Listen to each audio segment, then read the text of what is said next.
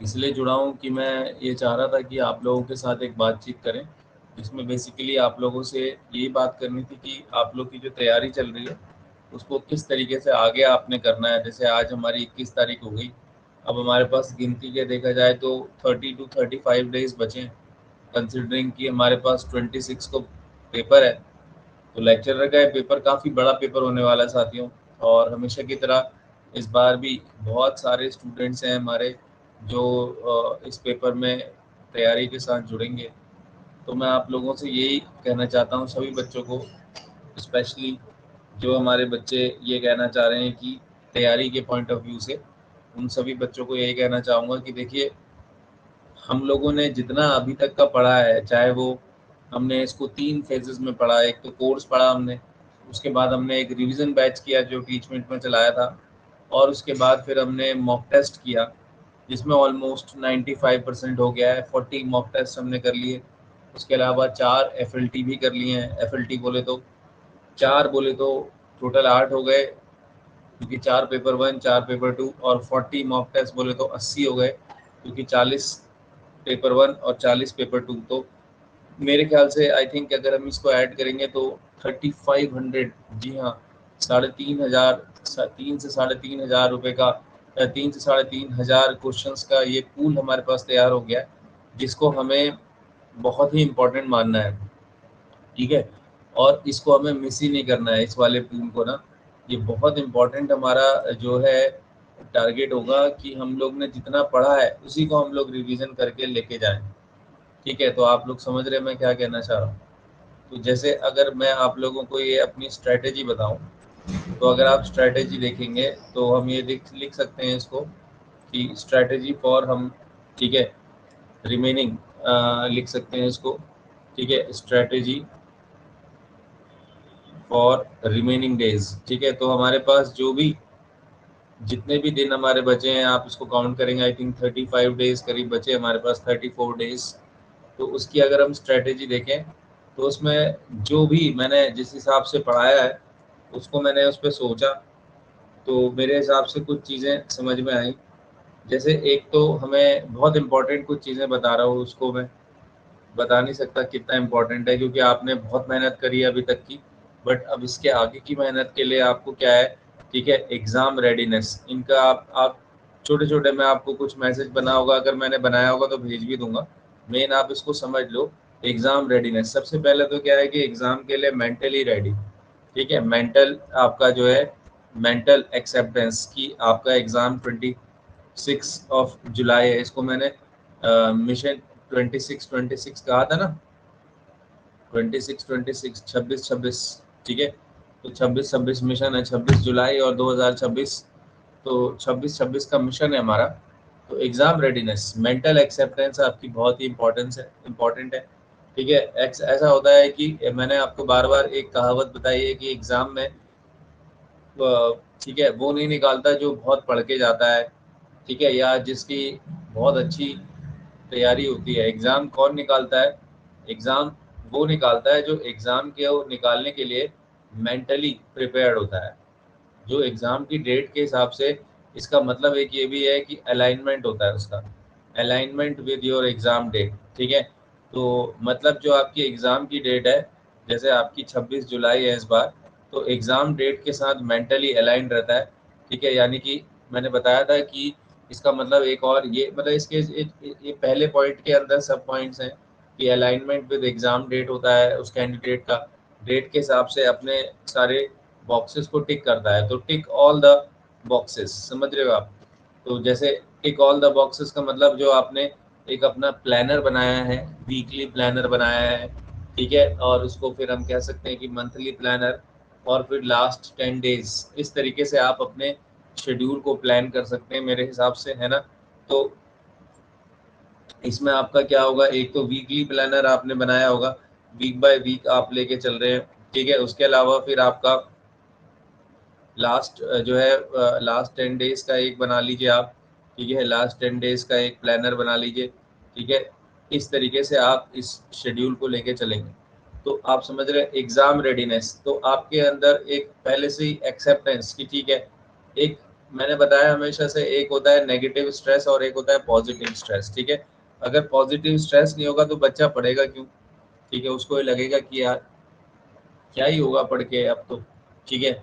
लेकिन अगर उसके अंदर नेगेटिव स्ट्रेस होगा, है ना, तो वो पढ़ेगा नहीं और बहुत सारी चीज़ों को लेकर परेशान रहेगा। लेकिन पॉजिटिव स्ट्रेस रहेगा तो मोटिवेटेड रहेगा एग्जाम के लिए, उसको पता रहेगा कि व्हाट इज एट स्टेक, ठीक है, और वो हर चीज़ को एक सिस्टमेटिक स्ट्रक्चर्ड वे में पढ़ रहा होगा। तो यहाँ पर एग्जाम रेडीनेस तभी आएगी जब हमारी तैयारी एकदम सिस्टमेटिक, ठीक है, और जो है स्ट्रक्चर्ड वे में होगी। सिस्टमेटिक और स्ट्रक्चर्ड वे में अगर हमारी तैयारी होगी तो हमेशा ही एग्जाम रेडीनेस अपने आप ही आ जाएगी, ठीक है। तो इसमें आपको जो सबसे बड़ा एडवांटेज है, व्हाट इज योर एडवांटेज, ठीक है, एडवांटेजेस क्या है आपके पास, advantages of a KJ student, ठीक है। तो केजे स्टूडेंट है आप, तो आपके पास क्या क्या एडवांटेजेस हैं ऐसे, ठीक है, जो आप यूज कर सकते हैं अपने बेनिफिट में। सबसे पहले तो, ठीक है, अहेड ऑफ टाइम, ठीक है, आप बहुत सारे ऐसे एस्पिरेंट्स जो नॉन केजे में हैं, आप उनके साथ टाइम के मामले में अब काफ़ी अहेड हो, ठीक है, क्योंकि आपने अपने आपका अभी रिवीजन नहीं चल रहा है, अब आपका सेल्फ रिवीजन चल रहा है, ठीक है। आपने कोर्स कंप्लीट कर दिया पहले ही, ठीक है, और उसके बाद फिर आपने क्या करा, आपने उसका रिवीजन भी कर दिया। ये सब मैं आपको जो आपने केजे में किया ऑफिशियली उसको बता रहा हूँ। और फिर आपने मॉक टेस्ट और एफएलटीज भी कंप्लीट कर दिए, ठीक है, एफएलटीज कंप्लीटेड, ठीक है।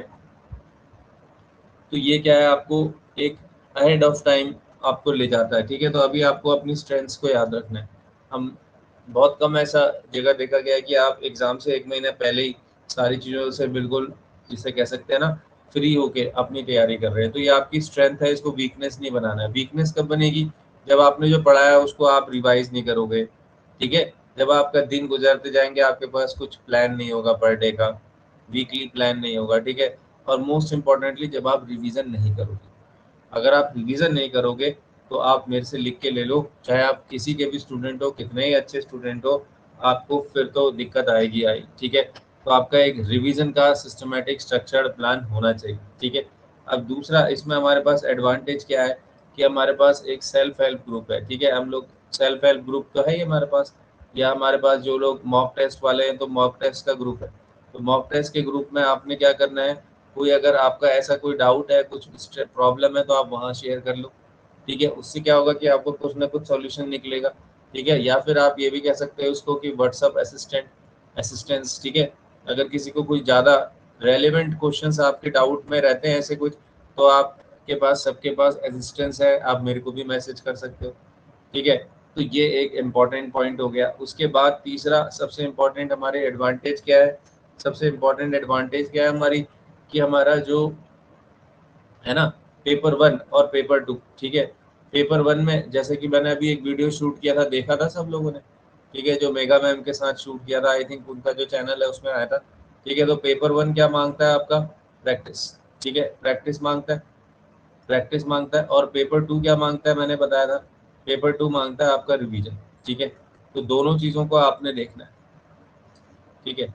और हमारा जो सबसे बड़ा एडवांटेज है केजे में वो ये भी है कि हमें पहले से पता होता है कि सर मार्क्स कितने स्कोर करने, क्या करना। तो मैं आपको बता रहा हूँ पेपर 1 में आपको जो मैंने अपना आकलन लगाया जनरल के लिए बता रहा हूँ, आपको कम से कम 130 से 1, है ना, 130 से 140 के बीच में अटेम्प्ट करने पड़ेंगे, अटेम्प्ट करना है मैं कह रहा हूँ। मार्क्स तो आप अभी देखेंगे, ठीक है। और पेपर 2 में आपको मेरे ख्याल से 120 से 130 के बीच में अटेम्प्ट करना है। ये जनरल का आंकड़ा आप नोट कर लो, ठीक है। थोड़ा एग्रेसिव लेके चलना पड़ेगा, क्योंकि ऐसा नहीं है कि सीट्स बहुत है हमारे पास, सीट्स थोड़ा सा कम है इस बार, तो थोड़ा सा तो फाइट इज ऑन, ठीक है। अब जब युद्ध में जा रहे हैं और हम बिना जो है अपने आप को मौका ही नहीं दिया हमने निकलने का, तो कैसे हो, ठीक है। तो ये हमारा एक टेंटेटिव टारगेट आ गया कि सर हमें पेपर 1 में थोड़ा सा, अगर हमें रिस्क लेना है तो पेपर 1 में लेना है। पेपर 1 में आप रिस्क ले सकते हो क्योंकि आपने एटलीस्ट कॉन्सेप्ट को पढ़ा है, समझा है, तो उस हिसाब से आपको कोई दिक्कत नहीं आएगी, ठीक है। और पेपर 2 में थोड़ा सा सेफ चलना है आपने, थोड़ा सा सेफ चलना है, ठीक है। इसलिए मैंने 10 क्वेश्चन इसमें लिख के कम दिए, ठीक है। अब कुछ बच्चे होते हैं उनको ग्रामर में श्योर नहीं है, तो अब आप अपने रेशियो को ऊपर नीचे कर सकते हो। आपको लगता है नहीं सर मैंने लिटरेचर डेप्थ में, कुछ बच्चे मेरे से लिटरेचर काफ़ी समय से पढ़ रहे हैं या नेट की तैयारी, उनको लग रहा है कि नहीं सर लिटरेचर स्ट्रांग रहेगा मेरा, थोड़ा ग्रामर में मैं वीक हूँ, या कह सकते हो कई लोगों का क्या है, जैसे पार्ट्स ऑफ स्पीच उतना डिटेल में नहीं हो पाया है या कुछ इश्यूज हैं ग्रामर में, तो वो इस रेशियो को रिवर्स कर लेंगे। ठीक है, तो ये एक मेरे अब इसमें जो हमारे कैटेगरी वाले वो 10-10 आगे पीछे कर लो। जैसे कैटेगरी वाले बच्चे जो है हमारे 120 से 130 कर लेंगे, ठीक है, और इधर कर लेंगे 110 से 120। तो ये एक रफ आइडिया दे रहा हूँ मैं। अब ऐसा नहीं है कि 130 से 140 में आप जो है 130 ही करके आओगे, आप 132 भी कर सकते हो, 140 135 भी कर सकते हो। इसमें आप मतलब एक मिनिमम थ्रेशोल्ड लिमिट है कि 120 है तो आप 122 कर लो, 123 कर लो, 128 कर लो। ये एक मिनिमम एक रेंज आपको मैंने बता दी है।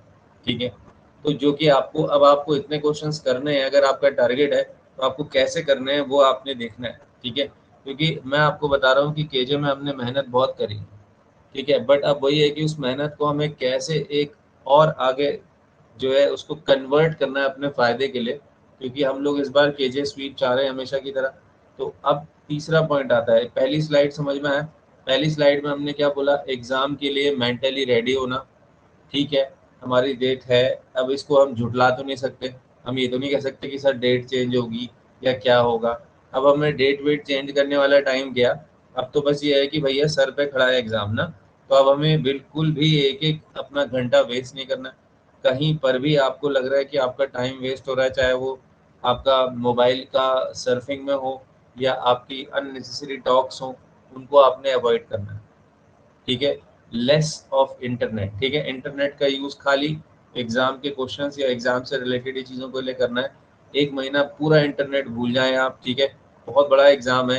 ठीक है, 26 जुलाई के बाद तो मस्ती मार ही लोगे, अभी थोड़ा सारी चीज़ों पे कट मारो। ठीक है, जितना पढ़ रखा है सोचो उससे ज़्यादा पढ़ना है। अब समझ में आ रही बात? तो ये एक पहले स्लाइड में मैंने बताया कि एग्ज़ाम रेडीनेस कैसे रहेगी, आपको कैसे रखनी है। दूसरी स्ट्रैटेजी मैंने बताई कि हम केजे के स्टूडेंट्स के पास क्या एडवांटेज है। हमने अहेड ऑफ टाइम चल रहे हैं, काफ़ी स्टूडेंट्स जो अभी भी पढ़ रहे हैं टॉपिक हैजलिट को, मैंने सुनने में आया है कि कुछ बच्चे अभी भी जो है जो जो अनफेमिलियर राइटर्स हैं उनको पढ़ने में लगे। तो ये केजे का बच्चा तो नहीं करेगा। केजे का बच्चा अभी तक तो पढ़ चुका होगा जो पढ़ना होगा, अब तो वो लास्ट में रिवीजन की स्ट्रैटेजीज पे फोकस करें। दूसरा, आपके पास हमारे पास क्या अपनी एक अपना इतना बड़ा पूल है, 1000-1500 बच्चे केजे में ही हैं जो इंग्लिश में जुड़े हैं हमारे अलग अलग ग्रुप्स में। तो हम आपस में एक दूसरे की हेल्प करें, पॉजिटिव वे में, कंस्ट्रक्टिव वे में। हेल्प से मतलब मेरा ये है कि अपना टाइम वेस्ट ना करें, but at the same time जो जरूरी चीज़ें हैं उनको डालें ग्रुप में।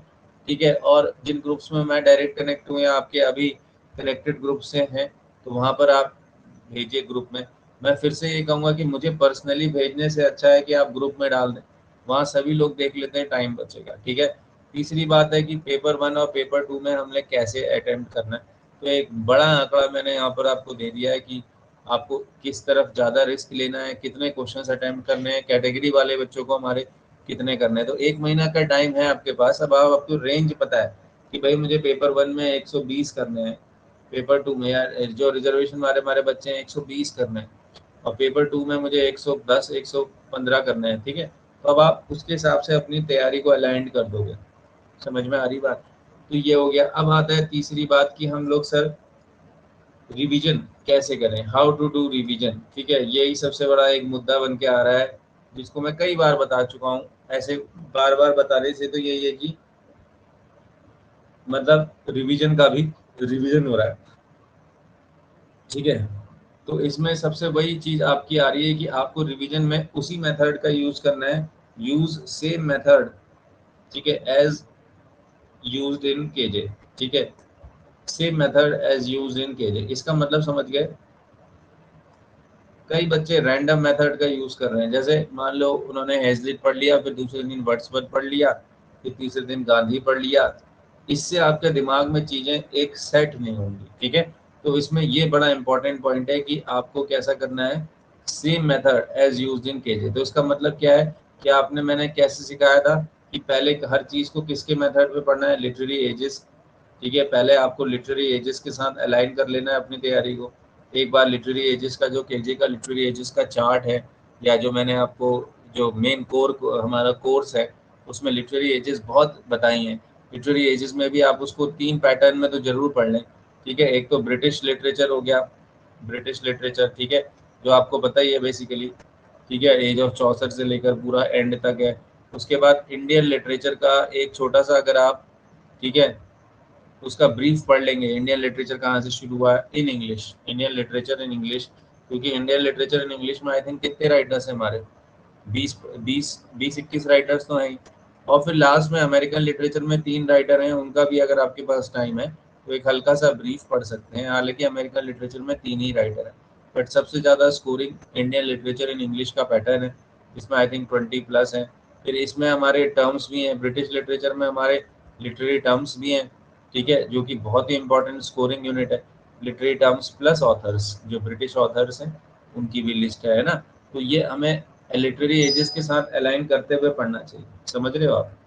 अगर आप इसको अलाइन नहीं करोगे उसके साथ तो दिक्कत आएगी आपको, क्योंकि आपने उसी स्टाइल में पढ़ा है ना। जनरली अगर किसी ने मेरे से नहीं भी पढ़ा है, कुछ ऐसे भी बच्चे होंगे जिन्होंने खाली कोर्स लिया या मेरे से नहीं पढ़ा है कोर्स, या जिन्होंने रिकॉर्डिंग वाला कोर्स ले लिया, तो उनको भी पढ़ने का तरीका यही है कि आप literary terms, authors, British literature के साथ अलाइन करें, फिर इंडियन लिटरेचर की भी बैकग्राउंड को पढ़ लें एक बार, कौन है ना, जैसे इंडियन लिटरेचर में क्या क्या एजेस थी, ठीक है, कौन कौन से राइटर्स थे, तो आप इन सारी चीज़ों को देखो। अमेरिकन लिटरेचर को पढ़ लें तो आप ये देखोगे कि आपको बहुत सारी चीज़ें समझ में आएंगी, समझ रहे हो, ठीक है। तो ये बड़ा इंपॉर्टेंट है कि आपको जो भी चीज़ पढ़नी है ना, वो बिल्कुल ही एक सिस्टमेटिक स्ट्रक्चर्ड वे में पढ़नी है, ठीक है। अगर आप उसको सिस्टमेटिक स्ट्रक्चर्ड वे में नहीं पढ़ोगे ना, तो जो हमने रिवीजन की मेहनत करी है वो बेकार हो जाएगी, ठीक है। तो ये आपको बहुत ही इंपॉर्टेंट है कि आपको इन चीज़ों को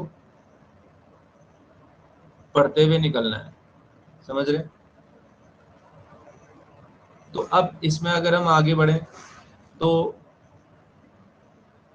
ठीक है, मैंने क्या बताया आपको, रिवीजन की स्ट्रेटेजी इस तरीके से पढ़नी है, आपने ऐसे ही पढ़ना है। रिवीजन के अंदर लिटरेरी एजेस के हिसाब से अलाइनमेंट करना है। फिर आपको मैंने बहुत बढ़िया ट्रिक बताई थी, क्या बताई थी आपको याद होगा, स्ट्रेंथ वीकनेस, ठीक है, स्ट्रेंथ वीकनेस एनालिसिस, ठीक है। स्ट्रेंथ कौन सी है आपकी, जो आपके टॉपिक कवर्ड है ऑलरेडी, वीकनेस आपकी कौन सी है जो आपके, ठीक है, जहाँ से आपको क्या मिलेगा, जो आपके वीक हैं। और स्वॉट एनालिसिस कहते हैं ना, अपॉर्चुनिटीज और थ्रेट, स्ट्रेंथ वीकनेस अपॉर्चुनिटीज और थ्रेट। अपॉर्चुनिटीज कौन सी हैं, अपॉर्चुनिटीज और थ्रेट कौन से हैं, जो आपके मिडिल या मॉडरेट टाइप के प्रिपेयर राइटर्स हैं ना, तो मॉडरेट टाइप के जो प्रिपेयर राइटर्स हैं वो इसमें आ जाएंगे, ठीक है। वीकनेस कौन से हैं, जो आपके लेस प्रिपेयर्ड है, लेस प्रिपेयर्ड ऑथर्स हैं या टर्म्स हैं। और स्ट्रेंथ कौन सी है, जो आपकी मोस्ट प्रिपेयर्ड है, ठीक है, जिसको आपने इतना पढ़ लिया है कि वहां से क्वेश्चन आ रहे हैं तो आप कर ही ले रहे हो। अब आपको पता तो चल ही गया होगा। तो अब आपका देखो, ये बहुत टेक्निकल चीज़ है, ध्यान से सुनना क्या बता रहा हूँ मैं, ठीक है। मैं बोल रहा हूँ कि जो मॉडरेट में जो आपके थ्रेड्स हैं, यानी जो आपके ऐसे पॉइंट्स होते नहीं है जहाँ पर आपको डाउट रहता है, जैसे मान लो हेजलिट है या चार्ल्स लैम्ब है या मेटाफिजिकल पोएट है, इसके कुछ क्वेश्चन तो सही हो जा रहे हैं, कुछ क्वेश्चन आपके गलत हो रहे हैं, ऐसा हो रहा होगा।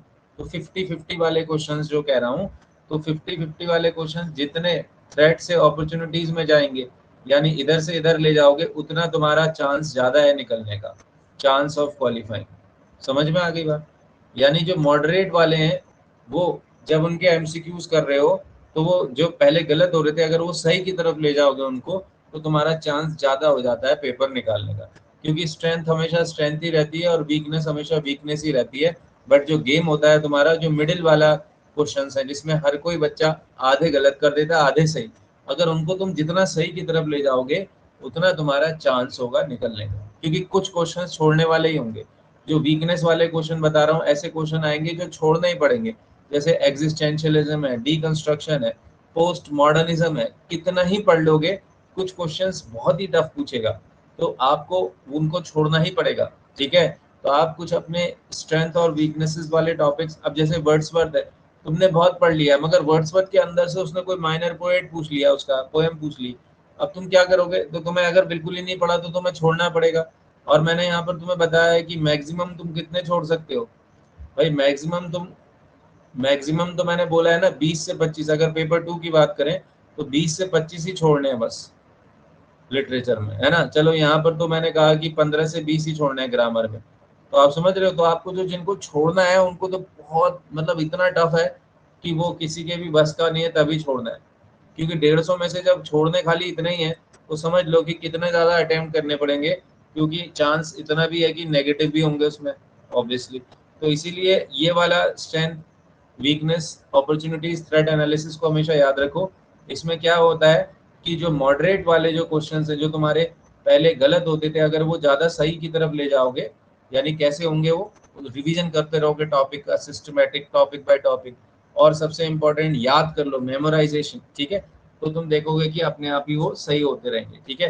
तो ये समझ में आया कि रिवीजन में लिटरेरी एजेस के हिसाब से पढ़ना है सारे एंट्रीज को। जैसे मान लें मैंने सबसे पहले पढ़ाया था एलिजाबेथन एज, सिलेबस के हिसाब से जाओ, एलिजाबेथन एज में मैंने फिर तुम्हें पढ़ा दिया था रेनेसा, ठीक है। मैं ये कहना चाह रहा हूँ, रेनेसा के बाद फिर मैंने जैसे तुम्हें पढ़ा दिया था for example metaphysical poet 17th century, ठीक है, तो मेटाफिजिकल पोएट आ गया 17th सेंचुरी में। फिर 18th सेंचुरी में हेनरी फील्डिंग आ गया। फिर वहां से राइज ऑफ नॉवेल्स पढ़ाया था, फिर गोथिक नॉवल आ गया, समझ रहे हो। फिर वहां पर विक्टोरियन एज आ गई, फिर प्री रैफेलाइट आ गया, फिर टेनिसन आ गया, आर्नल्ड आ गया, समझ रहे हो ना। बीच में अगर एलिजाबेथन एज में बेकन और शेक्सपियर भी आएंगे।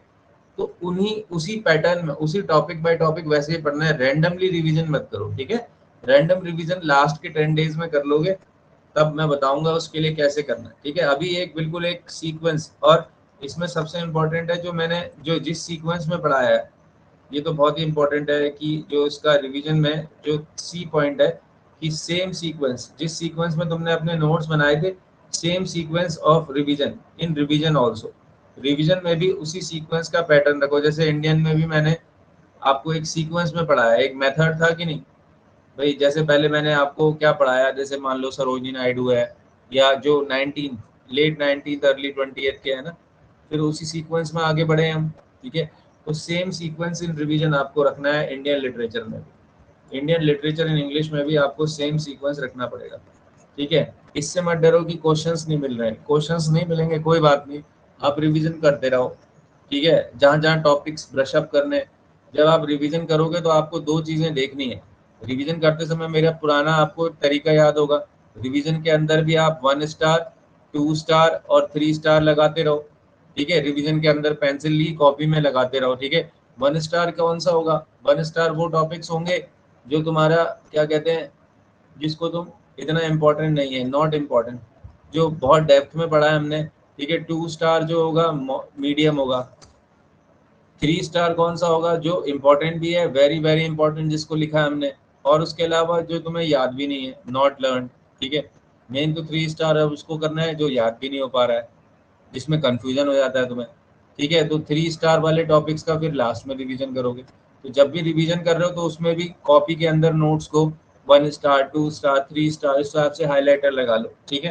तो ये रिवीजन में भी सीक्वेंस आ गया, ठीक है। जब तुम रिवीजन कर रहे होगे तो उसी समय तुम्हारा क्या आएगा, एक पैटर्न, कि जब तुम रिवीजन कर रहे होगे, जब तुमने रिवीजन करने में भी क्या है, एक तरफ थ्योरी करी और एक तरफ उसका जो है topic by topic, topic by topic revision कर लिया, टॉपिक बाय टॉपिक एमसीक्यू लगा लिए,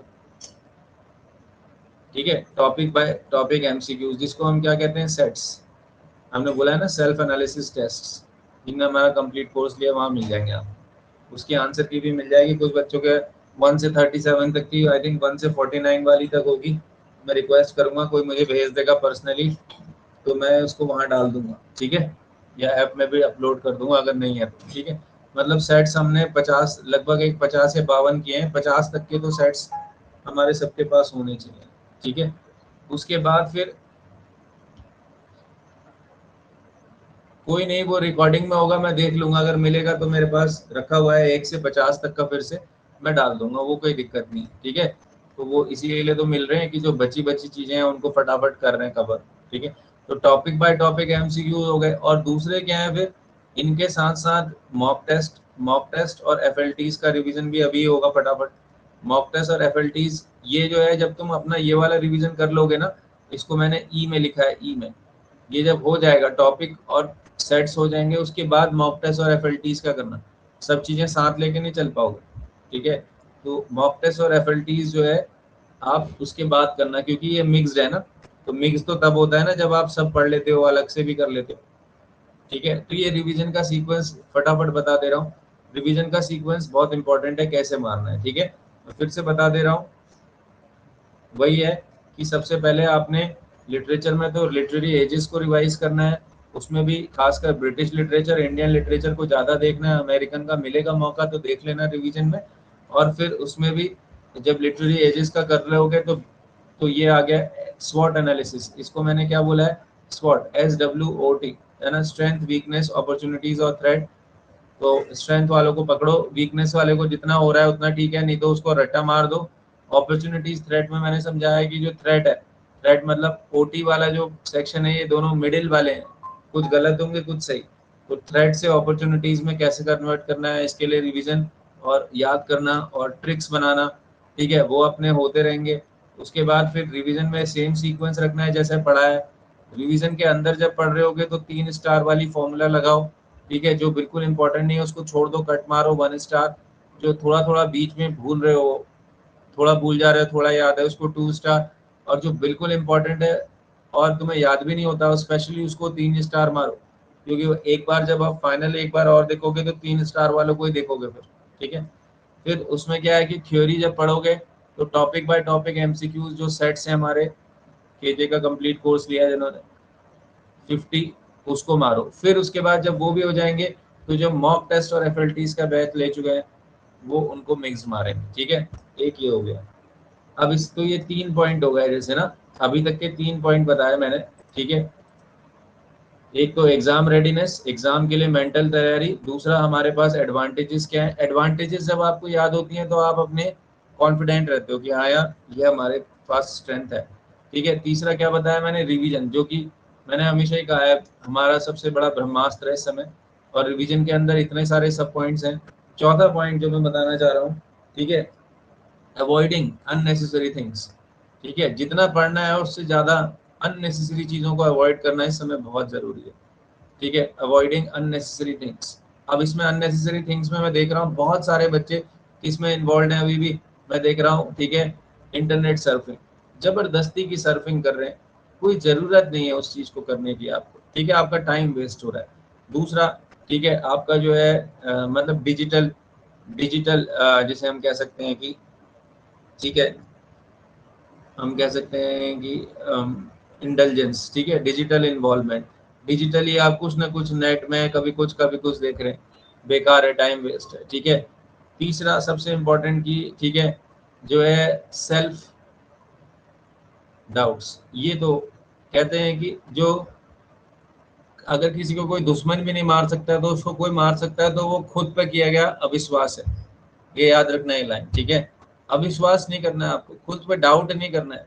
डाउट जब आ रहा है तो सिचुएशन सोचो कि क्यों आ रहा है, गलत नहीं है डाउट आना, लेकिन डाउट के पीछे के कारणों को एक्सप्लोर करो, समझ रहे हो, उन कारणों को लिखो और उनके लिए एक स्ट्रेटेजी बना के अगले एक हफ्ते में उनको खत्म कर दो, ठीक है। सोचने से ज्यादा तुम्हें अभी कार्य करना है। अगर दिमाग 10 जगह दौड़ रहा है, स्ट्रेस हो रहा है, तो इसका मतलब आपने कुछ ना कुछ ऐसे अधूरे काम है जो आपको पूरे करने हैं। आप मेडिटेट करिए, क्लीनिंग करिए, वहां पर आपको उसका सॉल्यूशन मिलेगा। आप उसी पर सोचते रहेंगे नहीं तो घूम घूम कर, और आपको डाउट ही होगा, तो डाउट तो बिल्कुल नहीं करना है आपने, ठीक है। और ऐसा भी नहीं है कि आप ओवर कॉन्फिडेंट हो जाए, एक मॉडरेशन आपको रखना है, बीच बीच की अवस्था, ठीक है। ओवर कॉन्फिडेंस से भी क्या ही होगा, क्योंकि ओवर कॉन्फिडेंस वाला बच्चा दिखेगा नहीं बट अंदर से वो ओवर कॉन्फिडेंट हो जाएगा, वहाँ पेपर में वो पढ़ेगा ही नहीं उस लेवल के लिए, उसको लगेगा कि मुझे तो आता ही है सब, और फिर वो भी अपने आप को पैरों पे कुल्हाड़ी मार देगा, ठीक है। तो सेल्फ डाउट भी नहीं करने हैं but at the same time over confident में भी नहीं जाना है, ठीक है। चौथी सबसे इम्पोर्टेंट बात है कि, ठीक है, जिसे मैं बहुत इंपॉर्टेंट कह रहा हूँ, ठीक है, मेंटेनिंग मेंटेनिंग ठीक है, अ बैलेंस्ड लाइफस्टाइल, ठीक है, ये आपके लिए बहुत ही इंपॉर्टेंट है। देखिए हमेशा याद रखिए, अभी छुट्टियां चल रही हैं तो मेरे भी 11 तारीख से छुट्टियां हुई, तो मैं अभी पागलों की तरह अपनी लाइफस्टाइल बना सकता था, कर ही सकता था मैं, मेरे को कौन सा पेपर देना है। लेकिन मैं आपको अपना उदाहरण दे रहा हूँ कि मैंने इस बार का अपने लिए एजेंडा क्या रखा कि मैं अपने आप को और एक कंट्रोल्ड वे में इन छुट्टियों को गुजारूंगा, क्योंकि मैं हमेशा ये देखता हूँ कि जब भी हमारी छुट्टियां होती हैं या सो कॉल्ड हमारी क्लासेस खत्म होती हैं तो मेंटली हम रिलैक्स हो जाते हैं, और जब हम रिलैक्स होते हैं तो हमारा दिमाग में जो पहले से भरा हुआ है वही बाहर को आएगा ना, क्लीनिंग में यही तो करते हैं। अब जैसे हमारे दिमाग में क्या भरा है, हमने कहा यार पढ़ लिया है बहुत चीजें, रिवीजन तो चलो हो ही जाएगा, तो कहीं ना कहीं एक दबे स्वर से क्या है, थोड़ा सा कॉम्प्लेसेंसी, थोड़ा सा आलस, थोड़ा सा पुरानी प्रवृत्तियां जोर मारती हैं कि नहीं। तो उसमें क्या है, अपने आप को जो मेडिटेट कर रहा है, जो क्लीनिंग की प्रोसेस को कर रहा है हार्टफुलनेस की, वो क्या करेगा कि वो अपने आप को उसमें भी बैलेंस रख पाएगा। वो सोचेगा अरे हाँ यार, मेरा जो है, मेरा टाइम अभी और वेस्ट होने का टाइम आ गया, मतलब मैं वेस्ट, तो जो मुझे क्या करना है कि जो मेरे शेड्यूल चल रहे थे उन्हीं शेड्यूल्स को फॉलो, जैसे मैं अगर मान लो मैं उदाहरण दे रहा हूँ 10 से 12 पढ़ रही थी ऑनलाइन, तो 10 से 12 मैं अपना टाइमर लगा के बैठ जाऊंगी और 10 से 12 मैं भी ऑनलाइन पढ़ूंगी। अगर मैं शाम को 5 से 7 क्लास ले रही थी मॉक टेस्ट की, तो 5 से 7 मेरा लॉक ही रहेगा।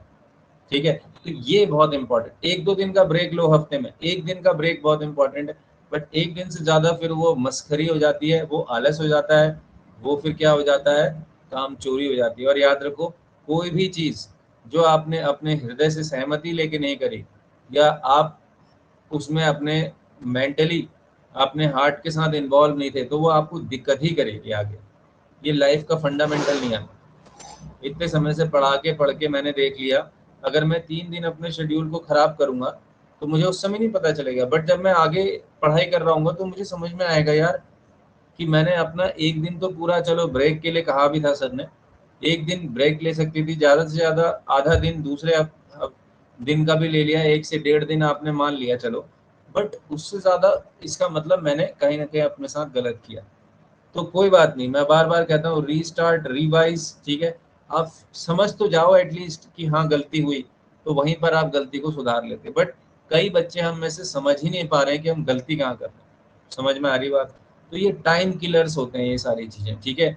अब इस समय आपने सबसे इम्पोर्टेंट चीज क्या है जो आपको, ठीक है, इस तरीके के, मतलब एक ऐसा नहीं होता है कि हम शॉर्टकट ट्रिक्स, ठीक है, शॉर्टकट ट्रिक्स क्या होती हैं, जैसे किसी कोचिंग मटेरियल का हमें मटेरियल मिल गया, मैं देख रहा हूँ काफी बच्चे अभी सभी जगह से हाथ पैर मार रहे हैं, कोचिंग मटेरियल भी ले रहे हैं, ठीक है, और जगह से भी पढ़ने की कोशिश कर रहे हैं। ये शॉर्टकट हैक्स जो होते हैं ना, ये कभी भी लॉन्ग टर्म सफलता नहीं दिलाते।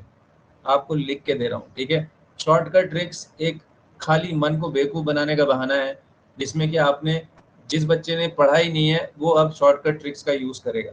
तो शॉर्टकट ट्रिक्स के लिए मैं बिल्कुल भी पक्ष में नहीं हूँ। जैसे कि एक्स्ट्रा क्वेश्चंस और कर लेते हैं, ये भी पढ़ लेते हैं, वो भी पढ़ लेते हैं, क्योंकि होता क्या है, देखो यहाँ एक डायग्राम बना रहा हूँ। होता क्या है कि मान लो ये तुम्हारा बॉक्स है, मतलब तुमने इतना पढ़ा है अपने दिमाग में, ये तुम्हारा माइंड है, ठीक है, ये तुम्हारा माइंड है। अब तुमने इसमें जितना पढ़ लिया ठीक है, अब तुमने कहा कि थोड़ा और कर लेती हूँ, थोड़ा और जगह से भी कर लेती हूँ, थोड़ा और मिक्स कर लेते हैं उसमें। तो होता क्या है कि यहाँ पर जो चीज़ें एडिशनल आती जाती हैं, ये ऑलरेडी एक लेवल पर प्रिपेयर्ड था। अब इसमें तुमने ये जो पढ़ लिया फालतू का, इसने इसको भी कंफ्यूज कर दिया जो पढ़ा हुआ है। समझ रहे हो? और हुआ क्या कि ये वाला तो तुम याद नहीं हुआ, लेकिन इसने, इस मटेरियल ने क्या करा, जो तुम्हारा पढ़ा हुआ है दिमाग में सेट, उसको भी खराब कर दिया। ठीक है, तो शॉर्टकट ट्रिक्स को बिल्कुल नहीं पढ़ना है, ठीक है। जहां तक हो सके कोई भी नई चीज ना पढ़ें, लिख के दे रहा हूँ, जहां तक हो सके कोई भी नई चीज इस समय नहीं पढ़नी है कि चलो ये कंटेंट भी पढ़ लेती हूँ, वो भी पढ़ लेती हूँ। लिटरेचर में तो आपको 100 बातों की एक बात है, लिख के बता रहा हूँ कि केजे से बाहर पढ़ना मतलब बेवकूफ़ी है। इसलिए नहीं कि केजे का सबसे बेस्ट है, बट इसीलिए कि केजे में सारी चीज़ें कवर्ड हैं लिटरेचर में। ग्रामर में मैं एक टाइम को मानता हूँ कि प्रैक्टिस के लिए मैं खुद कह रहा हूँ कि अनसीन पैसेज मेन क्या है, कि ग्रामर में अनसीन पैसेजेस की प्रैक्टिस दबा के करें आप। जहाँ से मिल रहा है, 10th का प्रीवियस ईयर मिल रहा है अनसीन पैसेज, 12th का मिल रहा है, या आपको उसकी कोई बुक मिल जाए। और स्पेशली मैं फिर कह रहा हूँ कि आपको पेपर और पेन मेथड पे करना है प्रैक्टिस, ठीक है। ये जो इंटरनेट में प्रैक्टिस का एक जोर चला हुआ है, ये आपको लॉन्ग टर्म में, वो इंटरनेट में डिस्ट्रैक्शंस भी होते हैं, जब आप करते हो आप सोचते हो चलो इसका आंसर ये हो गया, इसका आंसर ये हो गया। खराब नहीं है, मगर इंटरनेट उसके लिए है जिसको अपने कंसंट्रेशन की ऐसी तैसी करानी। अगर कंसंट्रेशन आपको बना के रखना है, अपने लॉन्जिविटी बनानी है पढ़ाने की, तो आपके जो हार्ड, जैसे कहता हूँ मैं, hard copy, hard pen paper, उसमें जो नोट्स होते हैं उसके कोई जवाब नहीं। ठीक है, तो इसीलिए मैं आपको कह रहा हूँ कि शॉर्टकट ट्रिक्स को अवॉइड करें, ठीक है। और गूगल और चैट जीपीटी को भी अवॉइड कर लें आप। गूगल और चैट, स्पेशली चैट जीपीटी तो फैक्ट्स के लिए ठीक नहीं है, वो इमेजेस वगैरह के लिए ठीक है, उसमें कई सारी कन्फ्लिक्टिंग इन्फॉर्मेशन है, तो इसलिए चैट जीपीटी को आप अवॉइड करें। गूगल में एआई को आप यूज़ कर सकते हैं, ठीक है, अगर उसमें भी आपको टाइम बचाना है तो। नहीं तो आपने जितना पढ़ा है आप उसी को संभाल लो पहले, ठीक है। मैं ये वाला डायग्राम याद रखना कि कभी भी अवेयर रहना कि यार मैं जो पढ़ रही हूँ या पढ़ रहा हूँ उसमें ये फालतू की मतलब जो एक्स्ट्रा इन्फॉर्मेशन कहीं उसमें मिक्स तो नहीं हो जा रही मेरे दिमाग में, बिल्कुल अलर्ट रहना है। अगर ऐसा हो रहा है तो इस वाली इन्फॉर्मेशन को छोड़ो, जो अभी तक का साथ दिया है जिस चीज ने उसको सपोर्ट करोगे ना, कि नया नया पढ़ लोगे लास्ट में, ठीक है। तो ये shortcut tricks Google chat, Google को तो यूज कर सकते हो एआई के लिए, चैट जीपीटी को यूज बिल्कुल मत करना, उसमें बहुत सारा डेटा गलत है, ठीक है। अब इसमें और एक चीज आती है आपकी कि आपकी जो है, ठीक है, फिजिकल मेंटल, ठीक है, हेल्थ की बात आती है। तो फिजिकल हेल्थ में आपने तो बहुत ही इंपॉर्टेंट है, कई लोग देख रहा हूँ खाने पीने में कंट्रोल ही नहीं है, ठीक है, या तो नहीं खा रहे हैं या ज्यादा खा दे रहे हैं। तो फिजिकल हेल्थ के लिए आपको जो है ब्रिस्क वॉक, मैं कब से कह रहा हूँ, बहुत इंपॉर्टेंट है, ठीक है। गर्मियों के दिन है आजकल तो हमारे इधर, तो आप सुबह ही मार लो वॉक, ठीक है। अगर आप सुबह सुबह जितना वॉक कर लोगे, कम से कम 40 मिनट्स की वॉक बहुत ही इंपॉर्टेंट होती है, ठीक है। और आज तो इंटरनेशनल योगा डे भी है, तो मैंने सबको पहले ही कहा था, पता नहीं कितने बच्चों ने किया होगा। सूर्य नमस्कार अगर आप एटलीस्ट उसके स्टार्टिंग आप 1 या 2 सेट से करो, 4 5 5 या 6 सेट से ज्यादा नहीं मारने। सूर्य नमस्कार अगर आप करते हो तो कंप्लीट पैकेज है, गर्ल्स के लिए तो बहुत ही अच्छा बताया जाता है, ठीक है। तो ये फिजिकल एक्सरसाइज करनी है, इसके लिए आपको 10 मिनट्स एक्सरसाइज 15 मिनट्स ही निकालने हैं, बट डेली करना है, इसके लिए आपको पर डे करना ही करना है। Mental health of course Heartfulness meditation का जवाब ही नहीं है, ये तो आपको और बच्चों से अलग करेगा। जब वहाँ बच्चे स्ट्रगल कर रहे होंगे, उनको याद नहीं आ रहा होगा, एग्जाम फोबिया में वो चीजें भूल रहे होंगे, तब आपने अगर रेगुलर मेहनत करी होगी, डेली सुबह उठ के एक फिक्स टाइम फिक्स प्लेस में मेडिटेट किया होगा। मैं फिर कह रहा हूँ ड्यूरेशन से फर्क नहीं पड़ता। कुछ लोग कहते हैं सर हम लंबा नहीं बैठ पाते मेडिटेशन में, अरे बैठना जरूरी है, लंबा छोटे से मतलब नहीं है, फिक्स टाइम फिक्स प्लेस आपको बैठना है। लास्ट का 1 मंथ क्रिटिकल है। और इसमें भी कुछ बच्चों का ये आ रहा था कि सर हम आप बैठ जाते तो हम आपके साथ बैठ जाते।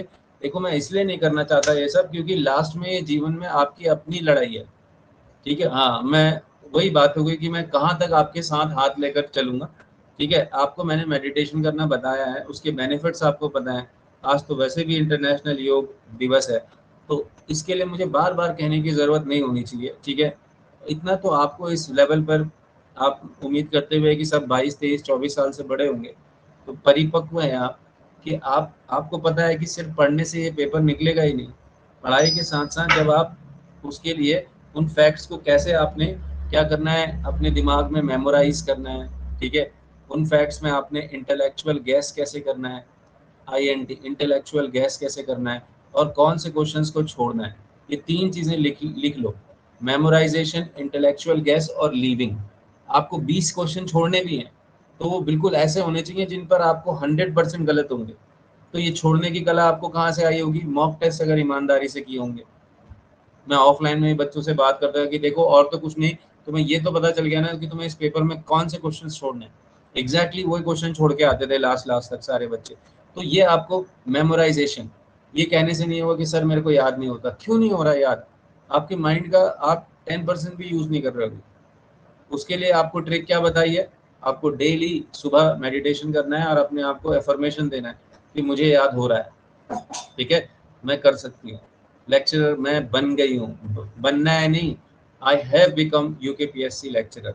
लिखना है कॉपी में और पूरे दिल से पूरे प्रे करते हुए लिखना है, ठीक है, कि whole universe is supporting me in helping to gain this goal, ठीक है। बट वो यूनिवर्स भी तब सपोर्ट करेगा, आपका दिल जब आप प्रे कर रहे होगे तभी आपको बता देगा कि भाई देख तूने इतनी मेहनत करी है या नहीं करी है। अगर मेहनत ही नहीं करी होगी तो आप पहले ही बैठ जाओगे।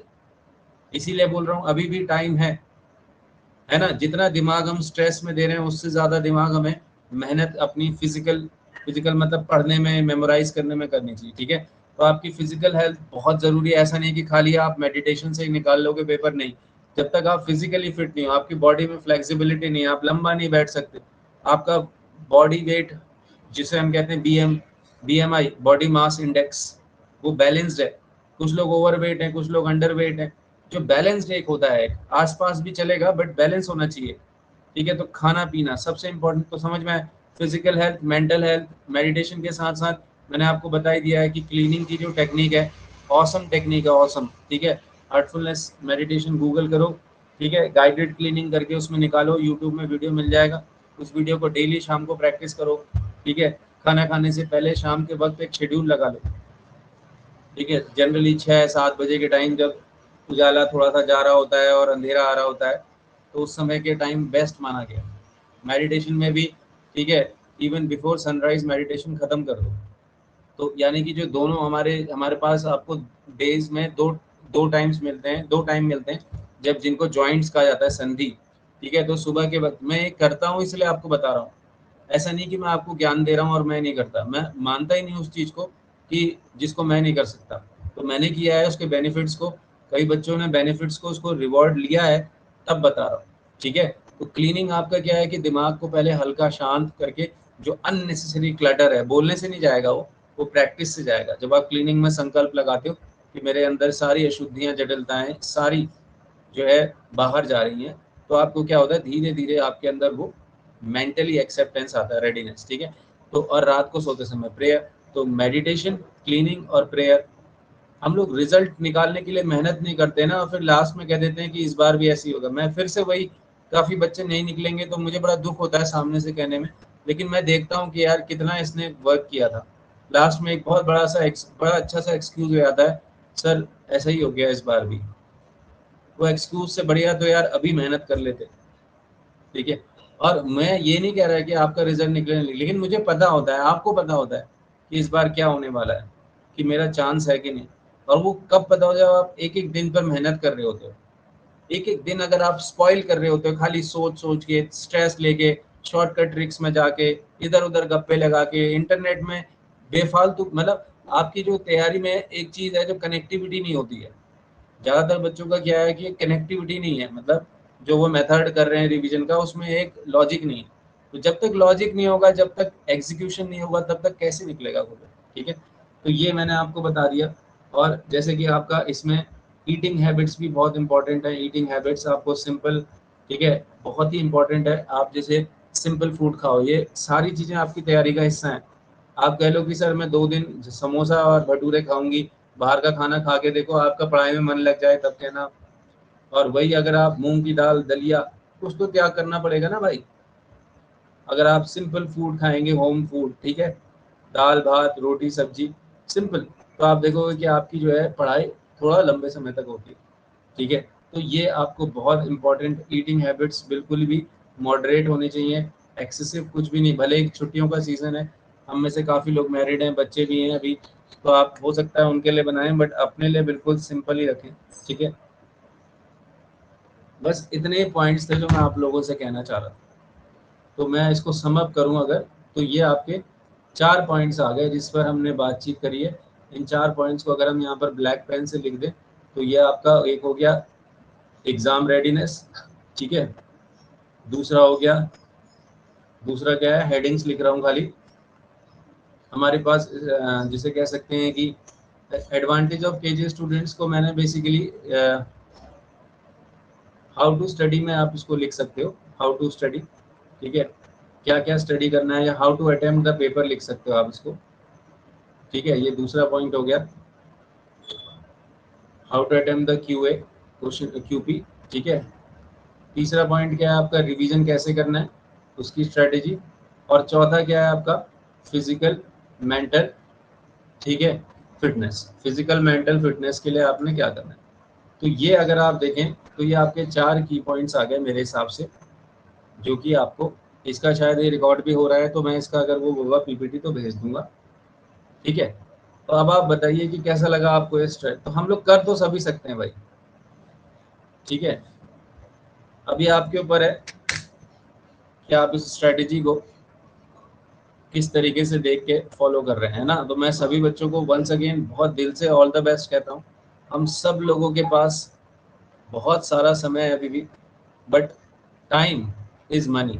ठीक है, इस समय एक एक घड़ी, एक एक सेकंड आपके लिए क्या है, एक पैसे की तरह है ना। चाहो तो लुटा दो, चाहो तो उसको इन्वेस्ट कर दो।